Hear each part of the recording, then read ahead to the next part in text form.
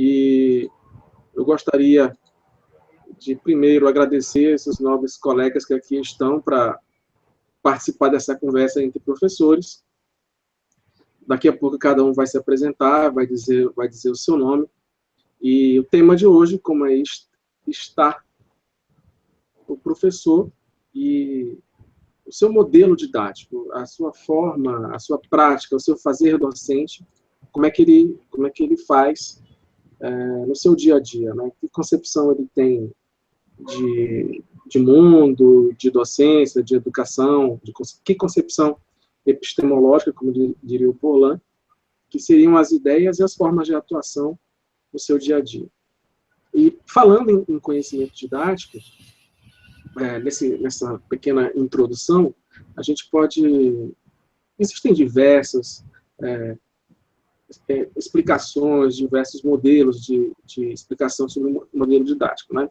Só que a gente vai falar aqui, cada um vai dar uma ideia, cada um vai pontuar o seu porquê, o que acha, a sua opinião, também baseado nas suas leituras e experiências, sobre os modelos que o professor utiliza em sala de aula, e como senso comum, ou até em algumas pesquisas, o professor acaba utilizando muito um tipo de modelo, que poderíamos dizer entre o modelo expositivo tradicional e o modelo tecnológico, tecnicista, dependendo da abordagem. Mas não existe apenas esse, existe também modelos espontaneísta, que seria o centro, o aluno seria o centro das suas necessidades, ou até um alternativo em que a ideia de promover uma compreensão mais complexa sobre o mundo.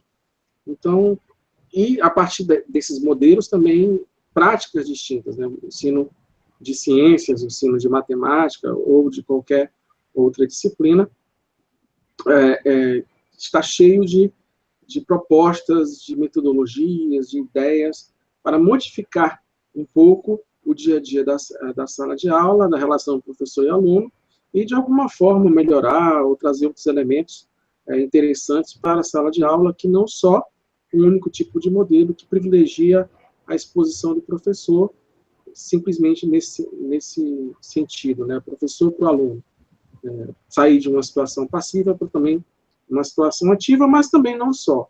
A ideia aqui é perceber que existem diversidades. Então, aos nobres colegas aqui, começando pelo João Paulo, apresente-se e comece a sua reflexão aí. Para cada um a gente vai cronometrar um pouco o tempo, para não ficar uma coisa muito extensa, e apresente-se e dê aí as suas primeiras considerações. Vai lá, João Paulo. Bom, beleza. Primeiro, valeu pelo convite. É um amigo, os outros dois também, uns com um pouco menos de convivência. Bom, meu nome é João Paulo, sou professor de Física da UEPA, 10 anos de experiência como professor universitário, um pouco de experiência como professor do ensino médio em escola particular, quando estive efetivo na SEDUC, depois saí. Eu também tive uma experiência como professor de Física numa instituição particular de ensino superior, mas minha vida profissional é muito mais dentro da UEPA, tá? Ministrando disciplinas de Física, ministrando disciplinas com um caráter formativo do professor de Física, disciplinas de ensino de Física. Então, para começar a minha fala, bom, nós quatro tivemos experiências parecidas na vida universitária, convivemos com quase as mesmas pessoas, uma ou outra diferente, vimos estilos diferentes, estilos arrogantes, vimos pessoas que em algum momento da vida passaram a estudar demais para se formarem professores de física, mas eram, às vezes, péssimos professores. É a velha história do estudou muito, aprendeu muito para si, mas na hora de ser professor é um péssimo professor. Eu vi vários, não preciso citar nomes aqui, vocês três que estão aqui comigo conhecem esses nomes. Também vi alguns jovens acabados de chegar de um doutorado, ávidos por fazer coisas diferentes dos outros, coisas, na minha opinião, que fossem eficientes, deu muito errado, né? Tentou fazer uma coisa que hoje eu digo, poxa, aquele cara tentou fazer uma coisa muito bacana naquele período ali, tentou de física muito dura, duríssima. O Fred sabe do que eu estou falando, da época que a gente só nós dois passamos naquela disciplina. Né? E deu super errado, ninguém entendia o que o cara queria fazer, ninguém aprendia a física da disciplina de eletromagnetismo clássico 1, ninguém aprendia a usar os programas de computador que ele queria que a gente usasse. Não. Então foi muito complicado aquele período ali. Né? Então eu vi um pouco de tudo. A minha melhor experiência, aquela pessoa com quem em quem eu talvez mais me espelho, era um cara que entrava na sala com um apagador e uma caneta. O cara conseguia entrar com um apagador e uma caneta na sala e cativar, sejam quantos fossem que estivessem ali. 10, 20, 30, 40, eu não sei quantos. E ele conseguia, a maneira dele, ao estilo dele, cativar os alunos a serem participativos naquela aula. Então, eu vivenciei muitas experiências, lógico, vocês também, e eu tento um pouco de cada uma delas trazer para a minha vida profissional. Não sou nenhum dos que eu possa elogiar, nem dos que eu possa falar um pouco mal, mas eu acho que eu trago um pouco de cada um. As experiências ruins são importantes. Eu gostei muito de tê-las presenciado para poder dizer, olha, isso aqui eu não quero fazer. Eu quero fazer outras coisas, eu quero fazer melhor do que essas pessoas. Eu acredito que eu tento. Minha fala é sempre essa, eu tento fazer. Se dá certo, olha, eu não sei. É difícil fazer dar certo. Eu, por exemplo, tenho focado minha atividade profissional ou na licenciatura em Ciências Naturais, Habilitação em Física, ou na pedagogia. São os dois cursos que eu tenho pegado disciplinas. Para quem já deu aula para pedagogia, não é fácil um professor de física dar aula para pedagogia. Já chega lá, o pessoal já te odeia, logo de cara. Então, não é fácil, é a brincadeira, né? Eu sempre digo aula por aula, eu estou aqui para todo dia desmistificar um pouquinho, 0,5%, 0,01% do que tu imaginas que possa ser tão ruim assim. Amanhã eu acho que tu vais poder ensinar física na educação infantil, no ensino fundamental 1. Então, talvez eu consiga lembrar muito aqui dessas muitas experiências para poder mostrar quem eu sou, como eu costumo atuar. Acho que é isso, senão eu vou acabar me alongando. Valeu.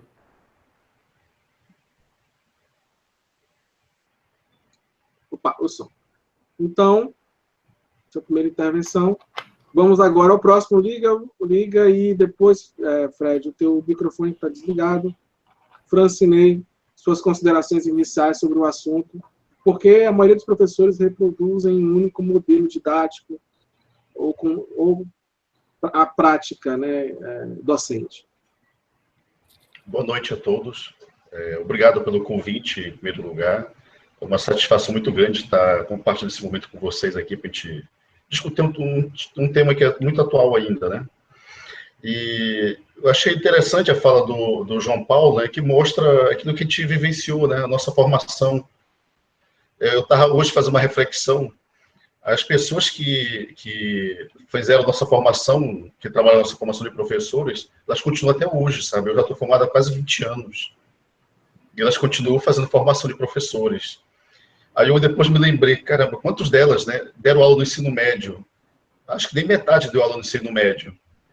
E a outra que trabalhou, nem conhece o ensino médio que existe hoje, que estão fazendo formação de professores. Então, nós temos uma cultura instalada aí no Brasil. Isso que eu falo, né, claro, é um exemplo de Belém, né, mas se a gente for procurar o Brasil, ele acaba sendo assim também. E aí tem um detalhe interessante também que reforça isso. Você tem 41% dos professores no Brasil de física sem formação específica. Tá? Eu estou puxando física porque ela encabeça, junto com sociologia e arte, as disciplinas que menos têm formação adequada de professores na educação básica. Mas tem todas as disciplinas, e aí a gente vê que é o seguinte, que se quase metade dos professores de física, só como exemplo, né, não tem formação básica, o que eles vão conseguir fazer, no máximo, é reproduzir, colocar em prática o modelo expositivo, não dá para esperar muito. E essa é uma das situações. A outra, essa que ficou claro aí pela fala do João Paulo, a questão da formação, né? Quem forma esses professores, em geral, são bacharéis. Antes, a gente nasceu num sistema de formação de professores que era o 2+2, né? Virou 3+1, mas continuou a mesma forma de formar professores. Quem forma são as mesmas pessoas. Então, isso, para mim, é um ponto assim que acho que dá para a gente discutir em cima disso e outras considerações mais. Eu não vou me alongar muito, acho que é só uma introdução, né? Por enquanto. Sim. E depois a gente passa aí. Tá? Muito bem. Então, antes da minha fala, Fred, liga aí o seu microfone. Obrigado. Suas considerações iniciais. Bom, galera, boa noite. Meu nome é Frederico, minha formação é física, enfim, sou colega de turma ou do mestrado do Francinei, ou da graduação do Ricardo e do João Paulo. Sou professor da Universidade do Estado do Pará, da UEPA, assim como o nosso amigo aí, João Paulo, e também o nosso amigo Ricardo. Estou hoje fazendo um doutorado aqui na Unesp. Por sinal, eu sou o único que estou mais distante aí de vocês, né? Estou aqui em Bauru. E dentro de um grupo forte, reconhecido aí no Brasil e até no exterior, de formação de professores. Então, esse tema que a gente vai debater aqui é um tema que o nosso grupo de pesquisa debate muito, né? Muito, muito mesmo. Como nós tivemos a mesma formação, né? A nossa visão de professor basicamente é a mesma, né? Aí o João Paulo deixou bem claro aí as nossas experiências, e que muito provavelmente o Francinei e o Ricardo também passaram. E eu, enfim, elenquei alguns pontos aqui que eu acho que a gente precisa discutir, né? Primeiro deles, a área de ensino é muito recente, né? A área 46 da CAPES, ela tem aí, acho que ela não tem ainda 10 anos, então, assim, talvez isso possa ter alguma influência na formação de professores recente. Passado, a gente não pode nem falar muito, né? Igual o Francinei falou, os nossos professores formam professores desde, enfim, acho que o meu professor mais antigo na graduação foi o Bassalo, formava professor aí desde a década de 70, enfim. Uma outra coisa é o estágio supervisionado, que é uma disciplina de extrema importância no curso de formação de professores, e eu vejo que ele é muito, muito mesmo negligenciado pelos cursos, né? A gente tem exemplos aí eu posso me colocar como exemplo, durante um bom tempo da minha prática como docente, eu sem experiência e sem leitura alguma de formação de professores, como bacharel em física, trabalhava com estágio supervisionado. E, para mim, isso é uma negligência, né? Porque o estágio supervisionado para um curso de formação de professores, ele é essencial, não é uma disciplina qualquer, né? E uma outra coisa, um outro ponto que eu acho que precisa destacar são os saberes, né? Os saberes adquiridos pelos professores durante o curso, né? E aí eu vou me remeter a um teórico, que é o Tardif, né? Que ele elenca aí os saberes que o professor deve ter para a sua prática. E eu acho, a gente vai discutir mais para frente isso, eu acho que talvez, juntando todas essas outras coisas que a gente discutiu aí, que eu falei atrás, dos outros pontos, a prática pedagógica do professor, ela é centrada apenas no saber experiencial, né? Então, ele só vai aprender a ser professor quando ele vai para a prática, né? Ele não aprende a ser professor nos cursos de formação de professor, né? Ele aprende a ser professor quando ele vai lá para a escola e é jogado para os leões, como diria o outro, né? Então, aí, como a gente vai discutir, eu não vou me alongar muito, e a gente continua. Depois, enfim, eu abranjo mais esses 4 pontos que eu destaquei. Beleza. Bom, então nós temos essa primeira rodada aí de apresentações iniciais. Eu vou apenas aproveitando sobre a questão dos saberes, que o Frederico falou, o Fred falou, a gente tem aqui algumas situações, né? Quais são os saberes necessários para modificar a sua prática e fugir um pouco do que a gente, às vezes, chama de formação inconsciente, né? O que acontece? Durante todo o percurso escolar e no nível também superior, na formação profissional, o professor acaba tendo, o professor iniciante depois, e aí ele segue, ele acaba tendo um modelo praticamente exclusivo de ideal de professor. Vamos falar aqui, que está majoritariamente física, né? A gente está aqui, tem um modelo de professor de física. E esse modelo ele é reproduzido pelo o novo professor, né? O licenciado, ele acaba reproduzindo, copiando aquele modelo que ele acha mais interessante, e mesmo que tenha intervenções ou disciplinas formativas durante sua formação, para pedagogia ou didática das ciências, ele ainda se mantém no modelo que a gente chama de comumente, mas também não é uma coisa tão simples, de tradicional. E esse modelo tradicional, até então, as pesquisas apontam que ele não está dando conta, ele está um modelo falido. O nosso país ele está entre os piores avaliados em programas internacionais, em termos de cognição. Internamente, também, nossas avaliações de larga escala, aí o Francisco pode até também apontar um pouco mais sobre isso. As avaliações de larga escala também apontam diversas dificuldades em todas as áreas, mas a gente tem principalmente aí como referência português e matemática. E o que se sabe é que, do jeito que está tudo errado, ou no sentido de não produzir melhores aprendizagens, melhor preparação. Temos, por exemplo, aí um apagão em profissões técnicas como engenheiros no país, e outras situações que vão mostrando que o país, como sistema educacional, não está legal, está meio que falido. Meio que falido não, está falido e meio, e precisa alguma modificação. O que se aposta, e aí a gente passa para um segundo momento, mas também pode refletir a partir do que já colocou aí, numa mudança na formação de professores e numa mudança na prática dos professores.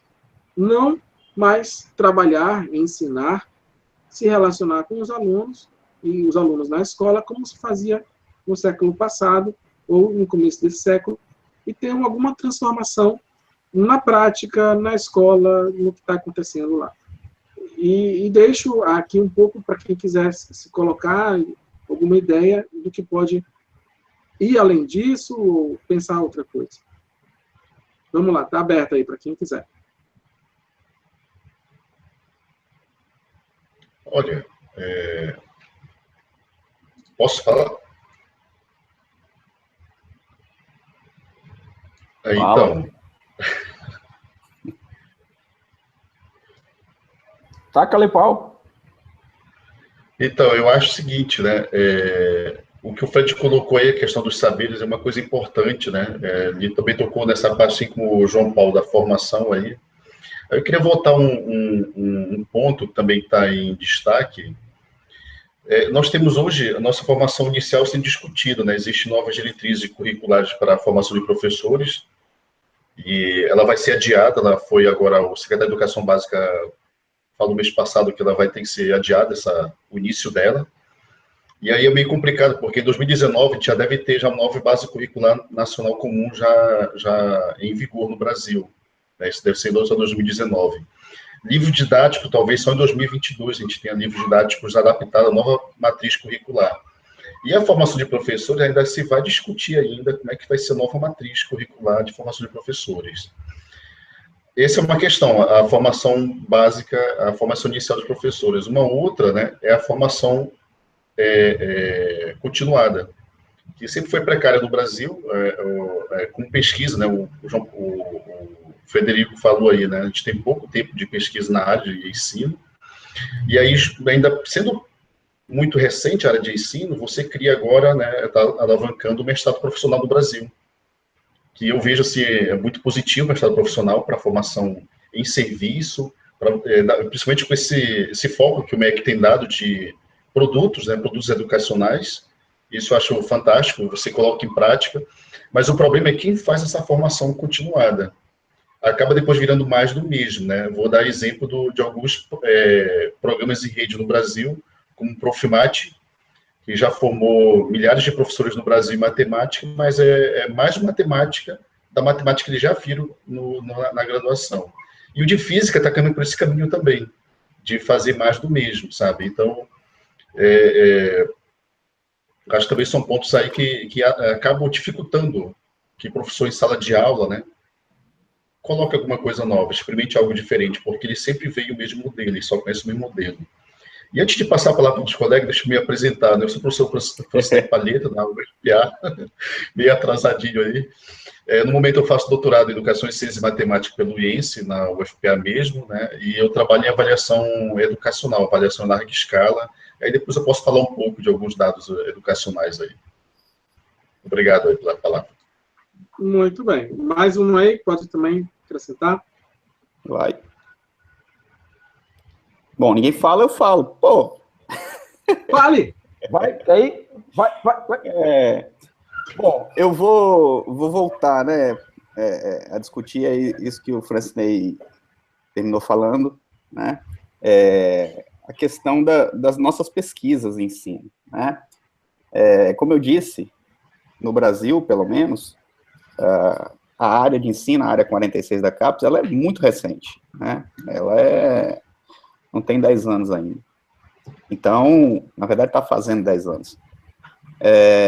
Então, as pesquisas são recentes, apesar de termos pesquisas, aí o Ricardo iniciou apresentando os modelos, né, do Pozo e do...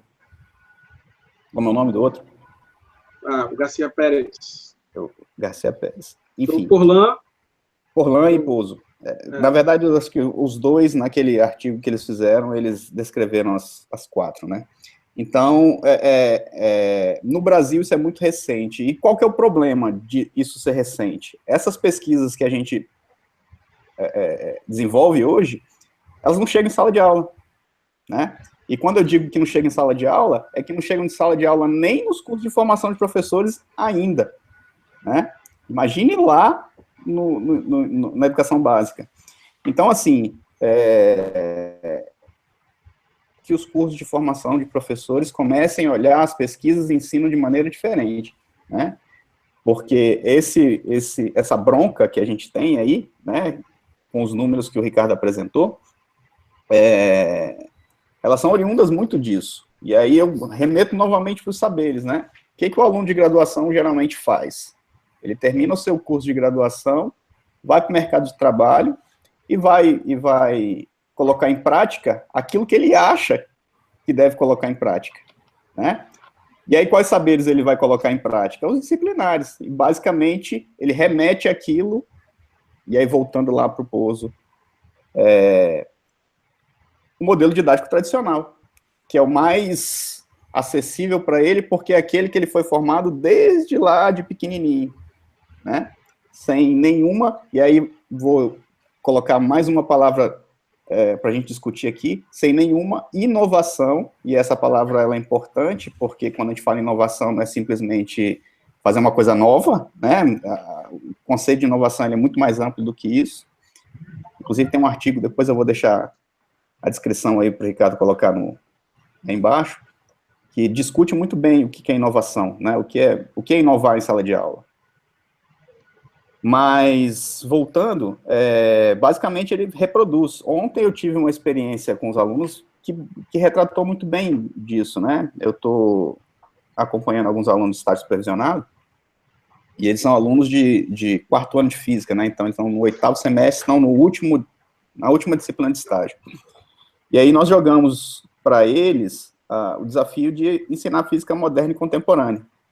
Nossa, a primeira reflexão foi ontem, né?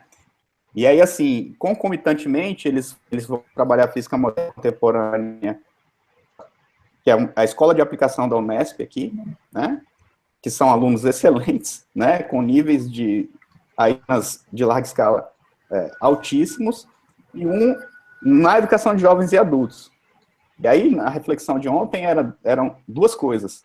A primeira aula que eles deram de física moderna e contemporânea, que era relatividade restrita e relatividade geral, e o outro era mecânica.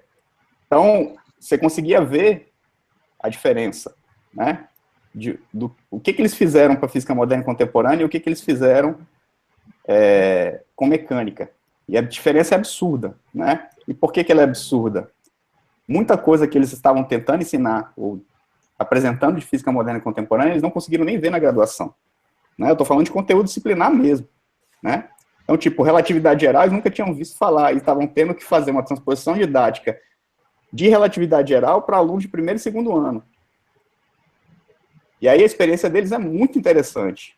O que eles têm que fazer? O que eu faço? E agora? Eu estou aqui, eu preciso fazer alguma coisa, estou colocado aqui com um monte de alunos que são alunos interessadíssimos em saber o assunto, eles perguntam mesmo, e muitas das vezes eu não tenho nem esse conteúdo, não foi dado para mim, né? Então, assim, o currículo também, né, da graduação tem que ser revisto.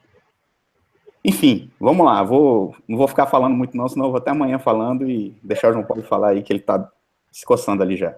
Vai lá, João Paulo. Primeira pergunta. Esse óculos está dando uma reflexão feia aí para você? Não, está tá bonitinho? Tá Então, bacana. Não, sem problema. Tá tranquilo. Obrigado. Boas falas dos colegas aí. O Fred vai lembrar de uma dessas que eu já devo ter soltado numa defesa de TCC que a gente já participou junto. Já tenho, como eu disse, experiência de 10 anos na UEPA, então participei de diversas bancas examinadoras de trabalhos de conclusão de curso. E volta e meia, nossos alunos têm o interesse de praticar atividades dentro da escola, usando experimentos, fazendo coisas que o professor da turma não faz. Tá?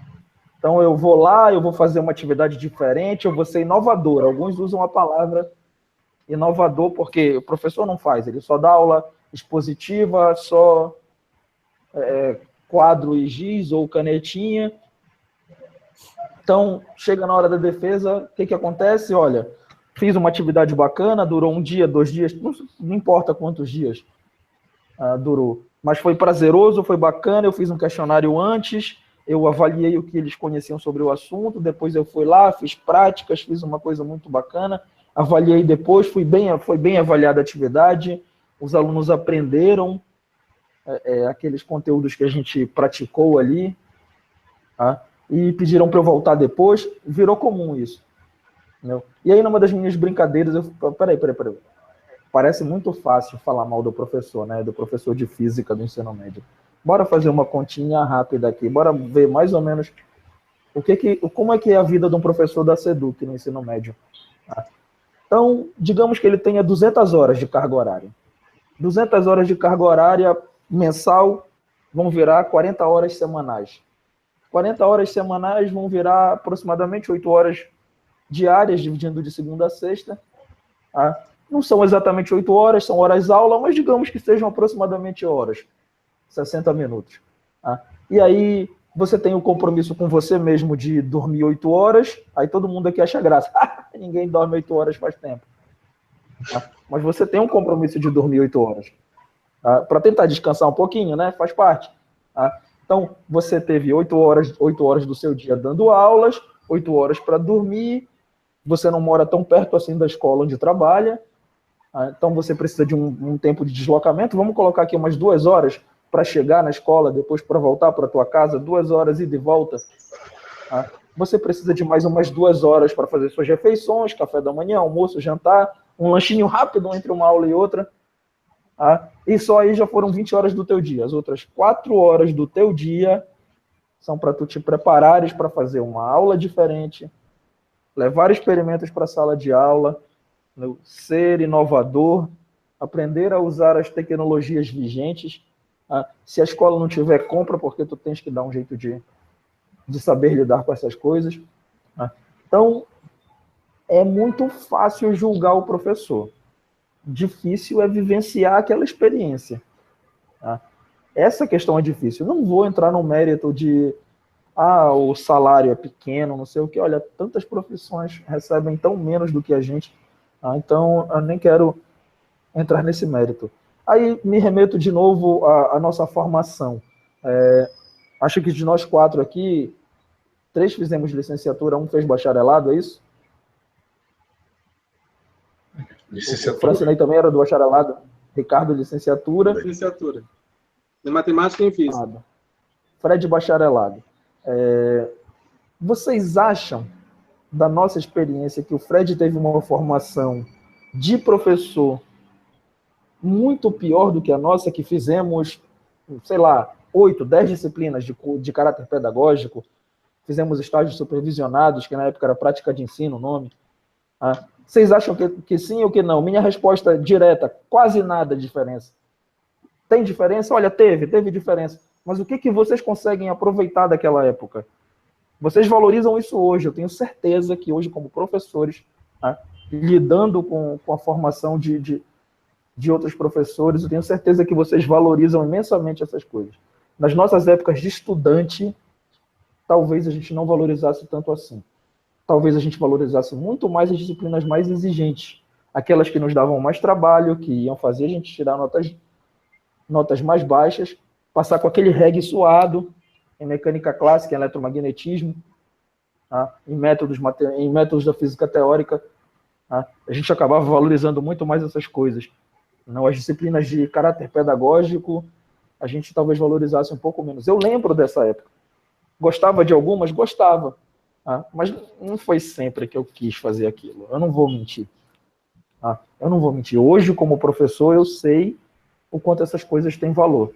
Não à toa, hoje eu tento ser um professor de uma disciplina com caráter pedagógico. A gente brinca, né? Pedagofísica. Eu gosto das pedagofísicas. Acho extremamente importantes e tento criar uma ótima relação com elas para poder mostrar para o nosso aluno, olha, tu não estás aqui para aprender só física e matemática. Tu estás aqui para te formar professor de física. É fundamental que tu coloques isso na tua cabeça. Tu tens que te formar professor de física e não só acreditar que tu precisa aprender física e matemática aqui. Mas bora lá, vamos falando aí, senão eu vou enrolando a noite inteira. Não, dá sequência. Pode dar sequência.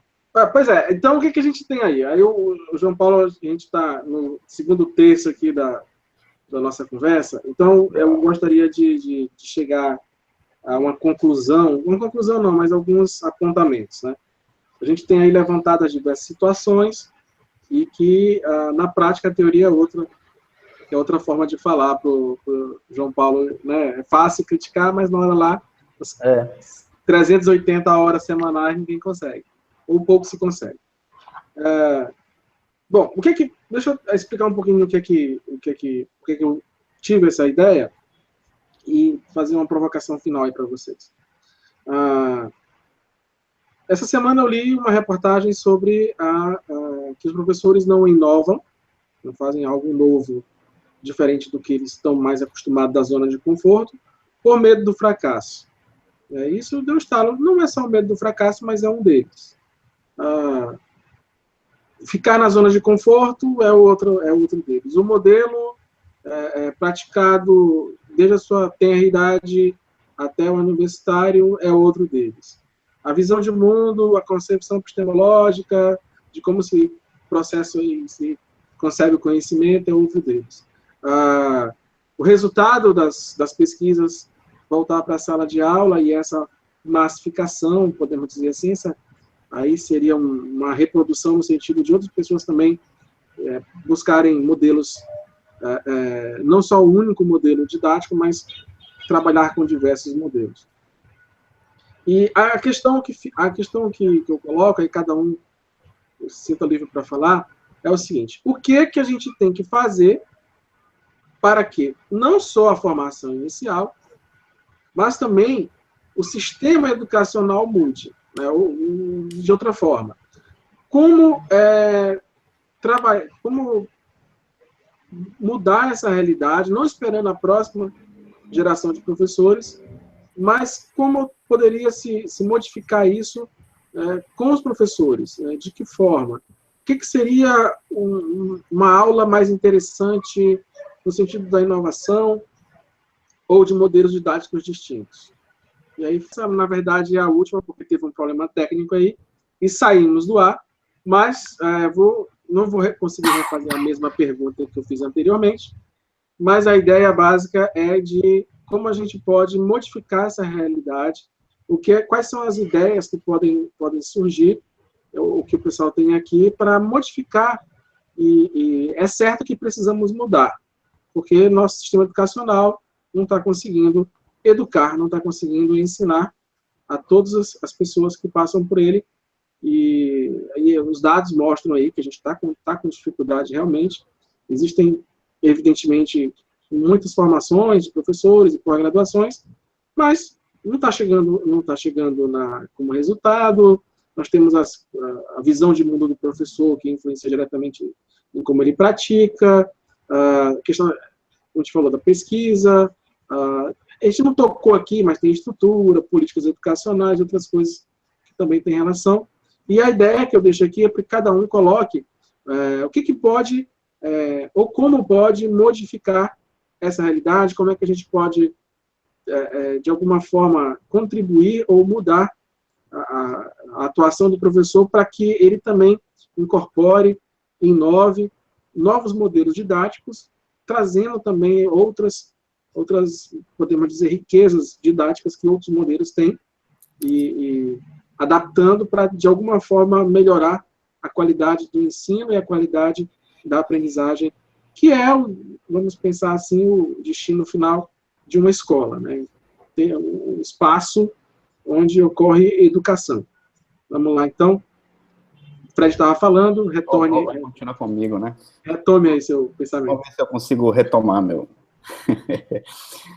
Bom, vamos lá. Eu comecei a falar, até acho que no finalzinho do outro vídeo tem, eu falando que nós temos dois problemas, né?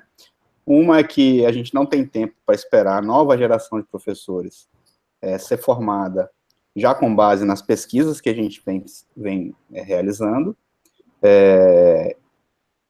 E a outra é que a gente não vê muita vontade política disso acontecer a curto prazo de maneira massiva, né? Enfim.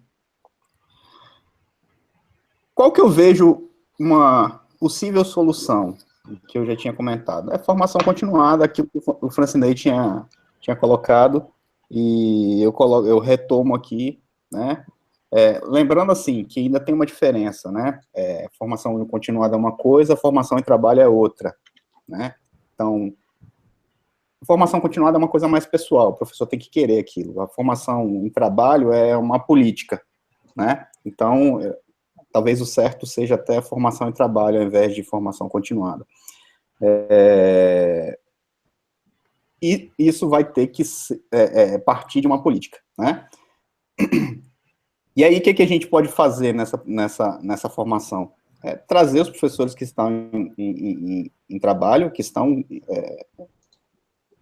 frente à nossa educação básica, e mostrar que existem pesquisas que apontam, né, que o modelo que está sendo utilizado não está dando certo, né, que basicamente o Ricardo falou, que é o modelo tradicional, né, e o modelo, basicamente o modelo tradicional, né. E aí eu fazendo uma reflexão, né, e aí a reflexão de toda a nossa conversa, por que os nossos alunos, os nossos professores utilizam-se dos modelos tradicionais? Porque é o modelo que está mais próximo deles, né? É aquilo que ele acha mais acessível. E aí, um outro problema que pode acarretar, até esses dias aí surgiu nas redes sociais aí uma imagem, uma propaganda da Anhanguera, aquele grupo educacional Anhanguera, não sei se chegaram a ver, onde colocava a chamada do curso de formação pedagógica era complemente sua renda, total desvalorização da carreira docente, complemente sua renda, ou seja, faça a formação profissional para você ganhar um pouquinho a mais, como se, né, ser professor se fosse um bico, digamos assim, a grosso modo, né. Então, enfim, e isso é uma universidade, né? É uma universidade que se propõe a fazer esse tipo de coisa. Essa daí que o Ricardo colocou agora, do Luciano Huck. E depois teve uma outra universidade, se eu não me engano, não vou lembrar agora, que fez uma coisa bem parecida, foi um plágio disso daí, né? Ou seja, a formação profissional está sendo a formação do professor, ou seja, a formação pedagógica está sendo colocada nesses termos, né? Então, aí a preocupação, inclusive, é com nossos futuros professores. Quem são esses futuros professores? É alguém que quer complementar a renda? Né? É claro que é até uma piada, mas, enfim. Mas eu, como professor, quando eu vou lá com meus alunos, geralmente eu faço isso com calouros, eu pergunto quem quer ser professor, né? E a gente conhece quem são esses alunos, né? A gente tem estudos aí que mostram quem são as pessoas que procuram os cursos de licenciatura. E aí poucos levantam a mão dizendo que querem ser professores, né? Outro problema, né? Que a gente tem que tentar corrigir, né? Às vezes a opção de fazer um curso de licenciatura é porque é mais fácil, porque a pontuação lá no Enem é mais baixa, enfim. E um outro ponto que eu quero colocar e insistir é que o resultado das nossas pesquisas chegue nos cursos de graduação. A gente precisa colocar isso na cabeça dos nossos alunos de graduação, dos nossos licenciados, que existem pesquisas, são coisas sérias, são dados empíricos, que a gente dá um trabalhão de fazer, a gente pesquisa, e chamar para que eles participem disso, né? Eu acho que as diretrizes curriculares para a formação de professores, né, de licenciando, das licenciaturas, eles te dão lá as opções de qual egresso que você quer, né? Eu, João Paulo e o Ricardo também participou da criação do nosso curso de licenciatura em Física na UEPA, que a gente optou por um professor pesquisador, né? E tem lá o que ele precisa ter, quais são os saberes, enfim. Eu não vou mais alongar, porque a gente tem pouco tempo. Já está mais de 2/3 da nossa conversa, tem tempo para caramba. A gente tem outros encontros desses aí para a gente discutir. Eu vou passar a palavra aí para outro, para não me alongar mais do que isso, que eu já me alonguei. Vamos lá, próximo.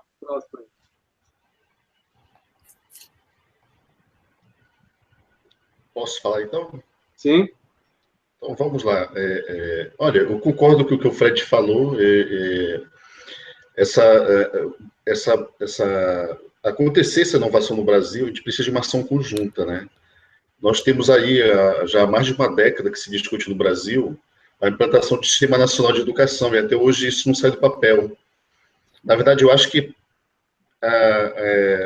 está se perdendo essas discussões, né? Porque cada um joga a responsabilidade para o outro e ninguém assume.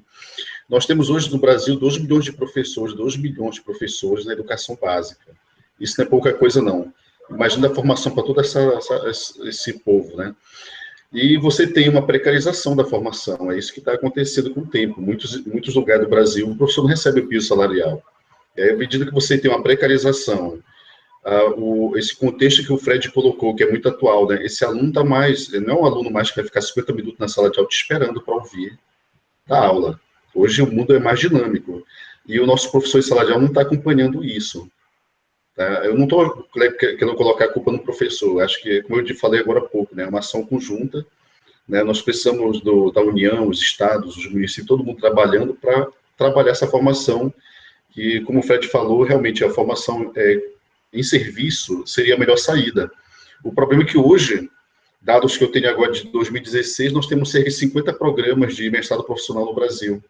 Né? Isso é muito pouco, isso, imagina, a gente vai demorar uns 20 anos para atender essa demanda. Aí não tem como, sabe, a gente colocar em prática, né? Uma das a meta 15 do Plano Nacional de Educação é exatamente a formação de professores. E a gente, quando a gente olha para as estratégias da meta, a gente vê que a gente está muito atrás. Não tem como a gente terminar uma década aí de projeção, de execução desse Plano Nacional de Educação, cumprindo essas metas, que é justamente trabalhar essa formação de professores. A partir do momento que você olha a profissão do professor, né, como um bico, né, que essa mudança que nós tivemos no novo ensino médio, por aquele decreto que foi assinado ano passado pelo presidente, né, ele abre um espaço, um precedente aí que é terrível para o nosso Brasil. Outros países experimentaram isso, que é você permitir a complementação, né, complementação de profissional. Então, uma pessoa que faz engenharia vai lá, complementa uma formação e vira professor. Professor é muito mais do que isso, como o Fred falou e o João Paulo também, né?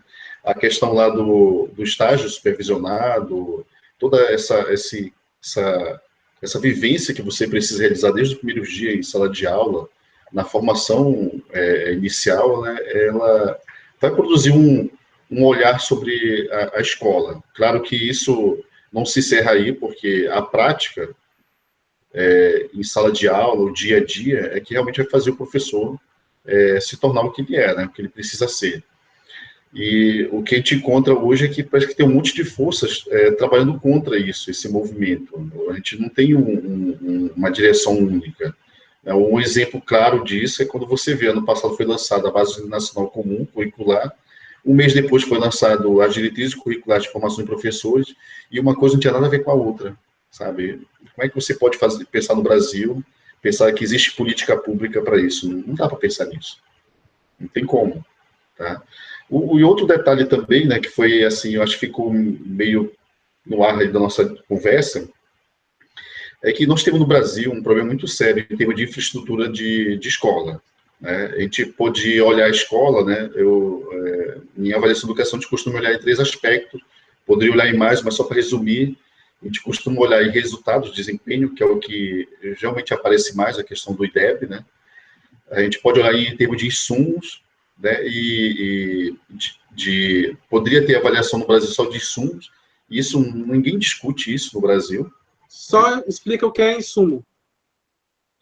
Aí, insumo é todas as condições necessárias para o professor trabalhar, para a escola acontecer, laboratório, livro didático, isso não se discute, não se faz uma avaliação, não tem indicadores que tratam de insumos no Brasil.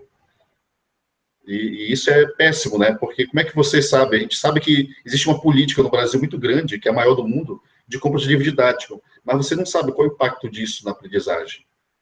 Você não sabe, quando se implanta laboratório na escola, qual é o impacto desse laboratório na aprendizagem. Isso não existe, essa relação.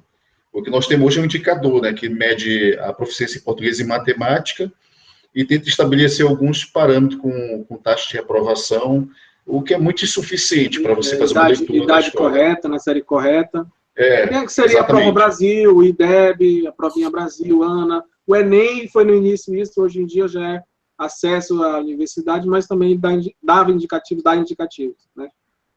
Isso é verdade. Nós somos o país do mundo que mais reprova, tem a maior taxa de reprovação do mundo. Isso é impressionante. Tem uma pesquisa recente feita pelo CEMPEC esse ano, né? E aí uma coisa interessante, a gente está falando de inovação, né? Mas a cabeça do professor, foi feita uma pesquisa agora com professores que realizaram a Olimpíada Brasileira de Português, de língua portuguesa. E a pesquisa mostra o seguinte: o professor acha que reprovação é necessário na aula, tá? No dia a dia da escola. Reprovação, ela entra como... ele tem uma questão moral de você poder controlar a turma, fazer com que os alunos estudem. Se não tiver reprovação, os alunos vão se empenhar para estudar. O que é na contramão de alguns lugares do mundo que a reprovação não passa por aí, né? A gente tentou-se no Brasil aplicar a progressão continuada, infelizmente isso não vingou. E uma coisa interessante que essa pesquisa mostra é o seguinte: quem tem essa crença de que a reprovação é boa são os professores que estão com menor qualificação. Geralmente, professores que não tiveram acesso a fazer um estrito senso. Né? E aí o que o Fred falou, né, de juntar a pesquisa que se faz, né, em educação com a formação de professores, isso aí é essencial. Isso aí não tem como você não ter esse diálogo, né?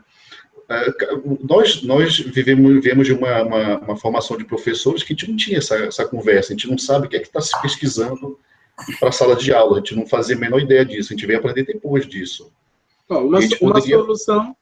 Uma solução talvez que tivesse uma disciplina em que fosse obrigatoriamente trazer uma disciplina ou alguma coisa nesse sentido, um apanhado das soluções ou das ideias que tem em pesquisa e se colocar na formação inicial e na formação continuada. Ainda tem outro problema, Ricardo. Só para complementar o que o Ricardo falou, eu volto para o estágio supervisionado, né? Eu acho que o momento, né, de aliar teoria e prática é ali, né? A gente não pode olhar o estágio apenas como uma prática docente.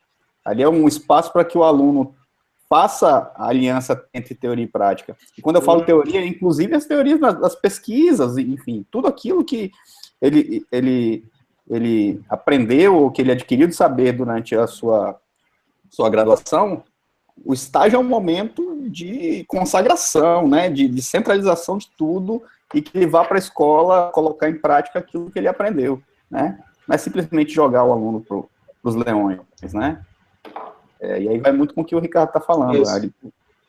Mas vamos lá, então, cortei um pouco, fazendo por causa da questão do tempo, para a gente não se Tudo bem, passa a palavra para o João Paulo. João Paulo, passa a palavra para o João Paulo, vamos ver o João Paulo. Fazer o encerramento aí com o João Paulo e a gente encerra depois dessa fala.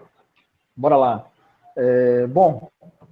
Lembrando a provocação era encontrar maneiras, né? O que a gente vai fazer para encontrar essas maneiras? E o Fred, lá no início da fala dele, lembrou de formação continuada, mencionada pelo Francinei. Lá no início da fala dele, falou sobre mestrado profissional. Não. Mas, de forma muito simples, melhores salários ajudam? Estruturas melhores ajudam? Lógico, né? Ninguém aqui vai deixar de lembrar desse tipo de coisa. Infelizmente, no nosso país, as estruturas das escolas são muito ruins, os salários dos professores são muito ruins, e isso, de alguma maneira, nos impede de valorizar a nossa própria formação enquanto graduação. Ontem eu estava numa conversa com outros colegas, o Fred mencionou a criação do nosso curso de licenciatura em Física na UEPA, e quando se falou do curso noturno, olha, essa carga horária aqui está muito grande, essa carga horária aqui não vai caber num curso de 4 anos, no turno da noite, como é que vai ser? Eu falei, olha, a noite são 5 anos. O pessoal, que isso, pelo amor de Deus, 5 anos no curso de licenciatura? Eu falei, eu acho que deveria ter 5 anos até de manhã e à tarde. Entendeu? Mas nós nos desvalorizamos tanto que a gente não consegue pensar que isso seja o mais correto. Entendeu? Mas espera aí, o bacharelado em Direito tem quantos anos?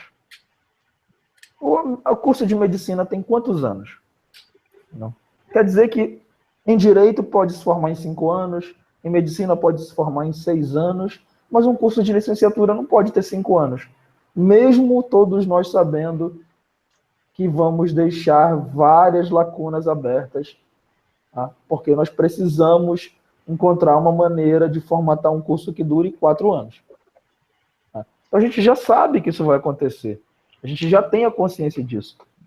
Então, a gente já estimula o nosso aluno a, logo após entrar, se não tiver a possibilidade de entrar num programa de mestrado, que pelo menos entre numa especialização, para dar continuidade à sua própria formação. Mas eu acredito, sim, 5 anos de curso, seja qual turno for, eu imagino que a gente conseguiria ter uma formação melhor para os nossos professores. Essa formação melhor precisa, sim, ser dita a cada dia, a cada momento, que, olha, você está aqui, é o que eu falo, você está aqui para se formar professor, eu já disse isso lá no início e vou repetir. Você não está aqui para só aprender física e matemática. Você ama física e matemática? Parabéns para você. Também amo. Mas o seu primeiro papel é aprender a ser professor. Aprenda os conteúdos de física e matemática, aprenda a ser professor. Você não pode querer viver uma vida profissional amanhã de professor sem se formar professor. Você vai viver essa experiência, você vai passar por isso. E se não se esforçar um pouquinho para ser professor, você vai sofrer. É lógico que é difícil, mas a gente tem que encontrar maneiras de nos espelhar nos bons exemplos, não ignorar, mas lembrar que os maus exemplos existem, dizer não quero fazer, também já disse isso. Mas a gente precisa, sim, encontrar maneiras de aplicar teorias que a gente aprende nas disciplinas de formação, nas disciplinas de caráter pedagógico. Quem aqui consegue colocar dentro de uma disciplina sua conhecimentos de teorias de aprendizagem? Quantas vezes vocês conseguiram fazer isso numa disciplina de física, por exemplo? Ou estimular um colega de física que vai dar uma disciplina de física dura, será que ele consegue praticar isso na aula dele? Ele consegue entender que o processo avaliativo precisa de uma avaliação criteriosa baseada numa tal teoria de aprendizagem? É a escolha dele, por exemplo. Eu acho que a gente precisa encontrar essas maneiras de fazer isso.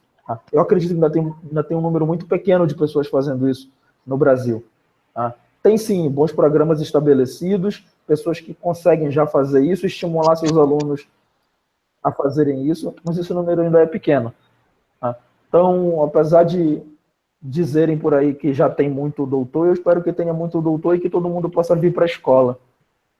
Todo mundo amanhã possa ser doutor dentro de uma escola, e não só querendo ser doutor dentro da universidade. Não é aqui. Alguém desativou o som? Foi o Francis que estava com barulho lá de chuva, aí eu cortei. Tranquilo.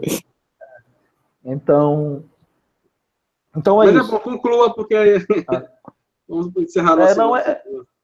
É isso, isso. Eu torço para que nós nos encontremos fazendo isso, tentando usar os conhecimentos das nossas áreas de formação. Nós somos da física, então, claro, sermos bons professores de física, encontrando maneiras de sermos eficientes, usando teorias de aprendizagem, sendo pessoas que consigam usar experimentos. Todo mundo fala disso. Olha, preciso usar experimento. Olha, que você encontre a forma de fazer isso. Que você encontre a maneira de usar as tecnologias vigentes, aquelas que estão à sua disposição. Aqui nós estamos sentados nas nossas cadeiras aqui, mas na sala de aula, não dá para ficar sentado numa cadeira, lendo um texto dizendo, aluno, me acompanha aí, tá aqui, tô na página tal, grifa aí essas duas coisas. Não tem condição. Isso já acabou e faz muito tempo. Então é isso. Valeu. Muito bem. Então, bom, vamos para o nosso encerramento. Eu gostaria de agradecer aos 3 amigos aí de jornada, de professores, uma banca cheia de professores de física, formadores de professores, e, claro, a ideia é que a gente tenha uma conversa, que você que esteja nos assistindo vá para a reflexão, é só para levantar o questionamento, são vários pontos aqui colocados, não há um encerramento, porque em educação não dá para dizer que existe uma solução final, mas apenas um ponto inicial de reflexão, e que diversas coisas foram faladas aqui. Nós falamos de modelo de escola, nós falamos de modelo de visão de professor, estágio, formação inicial, formação continuada, e diversos outros assuntos que pretendemos futuramente falar, avaliação de larga escala, outros tipos de avaliação que no Brasil